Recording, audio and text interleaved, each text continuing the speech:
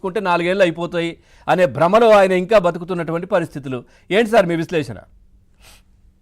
పవన్ గారు, ముందుగా మీకు ఏబిఎన్ ఆంధ్రజ్యోతి యాజమాన్యానికి, రమ్య గారికి, వీక్షకులందరూ కూడా శుభ సాయంత్రం సార్. నమస్తే. ఇప్పుడు మీరు అన్నదానికి చిన్న సవరణ సార్. వాళ్ళందరూ జగన్మోహన్ రెడ్డిని మొరబెట్టుకోవట్లేదు, న్యాయస్థానాలను మొరబెట్టుకుంటున్నారు.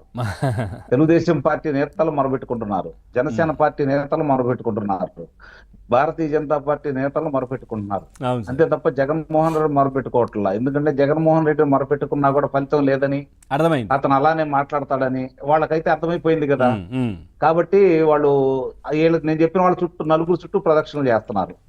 దానికి మరేమో తెలుగుదేశం పార్టీ వాళ్ళు పెద్దగా కరుణించినట్టు కనపడలేదు, మరి న్యాయస్థానాలు కూడా సరిగ్గా కరుణించట్లేదు. మరి ఒక రకంగా చూసుకుంటారంటే మీరు ప్రారంభంలో చెప్పినట్టు వాళ్ళ మొఖాలు చుట్టం కూడా న్యాయమూర్తులు కాస్త ఇబ్బందికరంగానే ఉందనేది వారి వ్యాఖ్యలను బట్టి మనకు అర్థమవుతా ఉంది.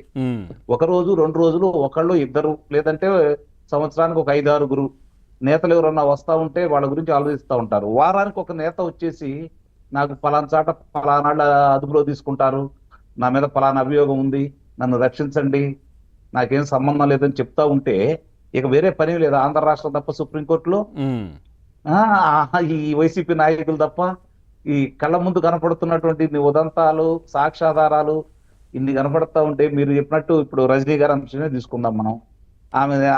ఆమె గతంలో మంత్రిగా చేశారు, మరి శాసనసభ్యురాలుగా, మరి లోక్సభ సభ్యుడిని తన నియోజకవర్గంలో రానివ్వలేదు, ఆయన మీద దాడులు చేశారు, దౌర్జన్యాలు చేశారు, ప్రజలను భయభ్రాంతులకు గురి చేశారు, మరి రైతుల్ని ఇష్టారీతిగా వాళ్ళని బెదిరించేసి అలవల చులవలకి పొలాలు తీసుకొని ఈ రోజు మరి వాళ్ళకి కొంత నష్టపరిహారం చెల్లించే దౌర్భాగ్య స్థితి వాళ్ళకి ఎందుకండి?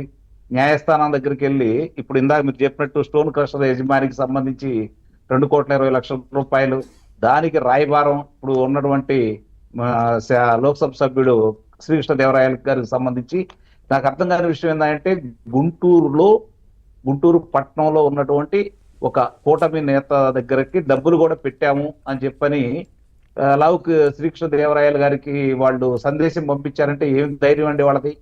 అంటే ఇంకా కూడా వాళ్ళని రక్షిస్తారు ఇండు అనే భ్రమలో వాళ్ళు ఉన్నారు అంటే నాకు కొంచెం విచిత్రంగా ఉంది. అంటే ఇంకా కూటమి నాయకులు అక్కడక్కడ దీనికి వంత పడుతున్నారేమో అనే అనుమానం కూడా వస్తా ఉంది. దీన్ని నివృత్తి చేసుకోవాల్సిన ఆవశ్యకత అయితే ప్రస్తుతం కూటమి పెద్దల మీద అయితే నిస్సందేహంగా ఉంది. ఒకళ్ళనో ఇద్దరు కాదు కదా, 175లో 151 స్థానాలు వాళ్ళకు వస్తే అందుట్లో ఒక 5 తీసేస్తే మిగిలిన 146 మంది మీద వాళ్ళ మీద వివిధ రకాలైనటువంటి అభియోగాలు ఉన్నాయి, కుంభకోణాలు ఉన్నాయి, దాడులు చేసిన ఉదంతాలు ఉన్నాయి, హత్యా నేరాలు ఉన్నాయి. మరి ఇన్ని ఉన్న తర్వాత కూడా వాళ్ళు ఈరోజు ఇట్లా విచ్చలవిడిగా వాళ్ళు ప్రయత్నం చేస్తున్నారంటే ఎక్కడో కొంతమంది కూటమి నేతల యొక్క అండదండలు వాళ్ళకు ఉన్నాయనే అనుమానాలు రోజు రోజుకి బలపడతా ఉన్నాయి. కారణం ఏంటంటే ఇన్ని సాక్ష్యాధారాలు కళ్ళ ముందు కనపడుతున్నా కూడా కింద స్థాయిలో, నేను చిన్న ఉదాహరణ చెప్తాను మీకు. మొన్న ఈ మధ్య ఒక జిల్లాకు సంబంధించి జిల్లా పరిషత్ నాయకులు అందరూ కలిసి, అంటే జెడ్పీటీసీలు అందరూ కలిసి తెలుగుదేశం పార్టీలోకి వస్తాము అంటే వీళ్ళు అంత సముఖంగా చూపించలేదు. సరే మా వాళ్ళ మీద మేము అవిశ్వాస తీర్మానం పెట్టబోతున్నాం, మీరు సహకరించండి అంటే ఒక నాయకుడు తలకాయ ఊపాడు. తలకాయ ఊపంగంలోనే వాళ్ళంతా సిద్ధమయ్యే తలకి ఎవరైతే దానికి ఉన్న కలెక్టర్ గారు, అట్లాగే ఆర్డీఓ గారు, వీళ్ళందరూ కూడా వైఎస్ఆర్సీపీ శ్రేణులకి పెద్దవాళ్ళకి ఉప్పందించడం కూడా జరిగింది. వాళ్ళు జాగ్రత్త పడతా ఉన్నారు.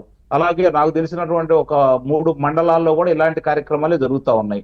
అంటే వీళ్ళు మాట్లాడుకునేది ప్రతిదీ కూడా ఇంకా అధికారులు వాళ్ళకి చేరవేసేవాళ్ళు చాలా స్పష్టంగా ఉన్నారు. ఇప్పుడు వీళ్ళు కూడా తొందరపట్టలేదు. గమనించుకోవాల్సిన అంశం ఏంటంటే ఇంకా సంవత్సరమే కాల పరిమితి ఉంది, కానీ వాళ్ళ గురించి మీరు ఇందాక చెప్పినట్టు వాళ్ళందరూ వస్తానంటే చేర్చుకోవడానికి వీళ్ళు కూడా సిద్ధంగా లేరు. ఒక రకంగా అది మంచి పరిణామమే. కాకపోతే ఇక్కడ మీరు వల్లభనేని వంశీని తీసుకున్నా, ఇప్పుడు ఆయనకు సంబంధించి పార్టీ కార్యాలయం మీద దాంట్లో ఆయన రేపు 9వ తారీఖు దాకా పొడిగించారు. అలాగే ఎస్సీ అట్రాసిటీ కేసు సత్యవర్ధన్ దానికి సంబంధించింది తుది తీర్పు రావాల్సింది ఉంది. మరి ఆయన పరిస్థితి ఎలా ఉంది? పోసాని కృష్ణమురళి సజ్జల రామకృష్ణారెడ్డి గురించి చెప్పాడు, సజ్జల భార్గవ రెడ్డి గురించి చెప్పాడు. వాళ్ళే న్యాయస్థానాలకు వెళ్తే న్యాయస్థానాలు వాళ్ళకి వెలుసుబాటు కలగజేస్తా ఉన్నాయి. ఇది కొంచెం ఇబ్బందికరమైన పరిణామమే. అంటే మనం న్యాయస్థానాలను ఏమీ అనలేని పరిస్థితి, అనకూడని పరిస్థితి అయినా సరే చర్చించుకోవాల్సిన పరిస్థితి అయితే కనపడతా ఉంది. మరి ఇలాంటి వాళ్ళందరికీ దోపిడీలు చేసిన వాళ్ళు, దొంగతనాలు చేసిన వాళ్ళు, వాళ్ళని అదుపులో తీసుకోవద్దు, విచారణకు రమ్మంటే వాళ్ళు అదే ధైర్యంతో ఉంటారు కదా. ఎందుకు నిజాలు చెప్తారు వాళ్ళు?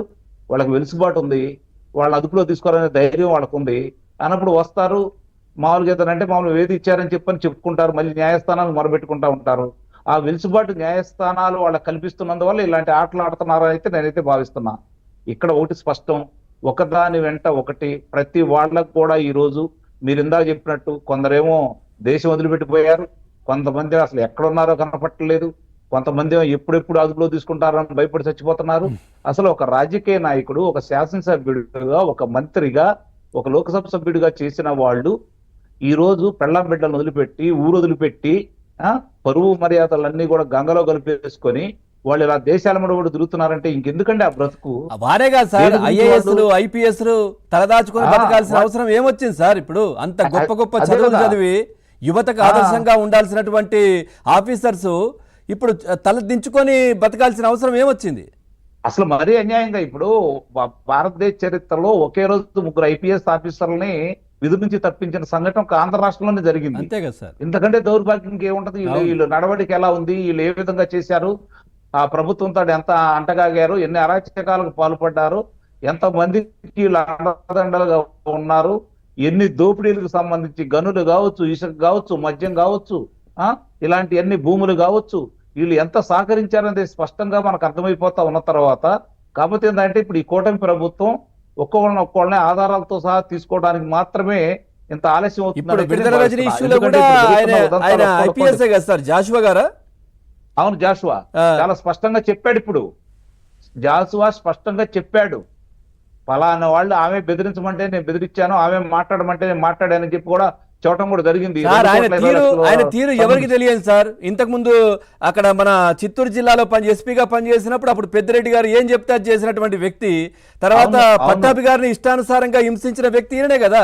కూటమి ప్రభుత్వం రాగానే ఆయనకు సత్కారం చేయడానికి ఆయన వాళ్ళ ఇంటికి వెళ్ళాడు కదా, ఫామ్ హౌస్ కి వెళ్తే ఆయన తప్పించుకొని వెళ్ళిపోయాడు. అవునవును. ఇప్పుడు వీళ్ళకి ఎట్లా ఉన్నాయి అంటే, వీళ్ళకి సహకరించే అధికారులను పట్టుకొని నాయకుల దగ్గరికి వెళ్ళి అక్రమంగా సంపాదించినటువంటి ధనం ఏదైతే ఉందో దాన్ని ఎరచూపిచ్చేసి ఇంకా తప్పించుకోవాలని చూస్తున్నారు. అంతిమంగా ఇప్పుడు ఒకటి గమనించుకోవాలి పవన్, మన చంద్రబాబు నాయుడు గారు మాట్లాడిన మాటలు ఒకసారి మనం జ్ఞప్తి తెచ్చుకోవాలి. 2004లోను 2019లోను తెలుగుదేశం పార్టీ ఓటమికి నేనే కారణం అని చెప్పని అంత ధైర్యంగా ఒక నాయకుడు ఒప్పుకోవడం అంటే అది మామూలు విషయం కాదు. అంటే ఆయన ఎంత మదన పడ్డాడు, ఎంత ఆలోచన చేశాడు, జరిగిన పొరపాట్లు ఏ విధంగా గుర్తించాడు అనేది ఇప్పుడు మనం గమనించుకోవాలి. కాకపోతే కొంచెం ఆలస్యం అయితే అవుతుందేమో గానీ ఎవరికి మాత్రం వెలుసుబాటు ఉంటుందనైతే నేనేం భావించట్లేదు. నాకు తెలిసినంత వరకు మళ్ళీ 95 ముఖ్యమంత్రి అవుతాడని నేను భావిస్తున్నాను. మీరు అంటున్నట్టుగా చెప్పుకోవడానికి ధైర్యం ఉండాలి సార్. జగన్మోహన్ రెడ్డి ఏం చెప్తున్నారు, నేను అన్ని డబ్బులు ఇచ్చాను, ఇదంతా తప్పు ప్రజలది, ఓటర్లది, మీదే, నాదేం కాదు. అవును, అది ఒకటి పవన్ ఇక్కడ గుర్తుపెట్టుకో. మళ్ళీ నాకు తెలిసినంత వరకు చంద్రబాబు నాయుడు గారు తిరిగి 1995 ముఖ్యమంత్రి కాబోతున్నాడు అయితే నాకు అనిపిస్తా ఉంది. ఆయన వేగం చూసినా, ఆయన మాట తీరు చూసుకున్నా, నిన్న కలెక్టర్ల సమావేశంలో చూసుకున్నా కూడా ఇంత ముందు కంటే భిన్నంగా వాళ్ళ గురించి ఏ విధంగా మాట్లాడుతూ నాకు మాటలు కాదు చేతలు కావాలి ఇంత స్పష్టంగా ఆయన చెబుతున్న తర్వాత ఓసారి ఆలోచించుకోవాలి. సమయం కూడా ఎక్కువ తీసుకోవట్లేదు కదా. గతంలో 1-2 రోజులు జరిగేది కలెక్టర్ల మీటింగ్ అంటే, ఇప్పుడు 2-3 గంటల్లో క్లుప్తంగా కంప్లీట్ అయిపోతుంది. రైట్. ఒక్కసారి టీడీపీ పార్టీ నుంచి రమ్య గారు ఉన్నారు. రమ్య గారు